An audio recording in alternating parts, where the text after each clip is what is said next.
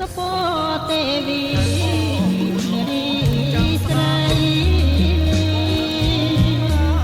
ឡាំកែវនឹកប្តីស្វាមីធ្លាប់ថ្នាំងថ្នមបីបងពុំមានទោះបំពុតខំភឹងដែលចំមិនគូបាប្រព្រោះមានមនុស្សទូរយន្តផងយកបានអើយផងយកបា